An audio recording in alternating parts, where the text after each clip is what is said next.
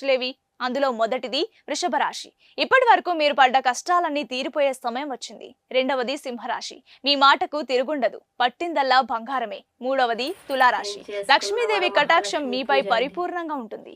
అప్పుల బాధలు తొలగిపోయి డబ్బు మీ ఇంట్లో వర్షంలా కురుస్తోంది. నాలుగవది ధనుస్సు రాశి.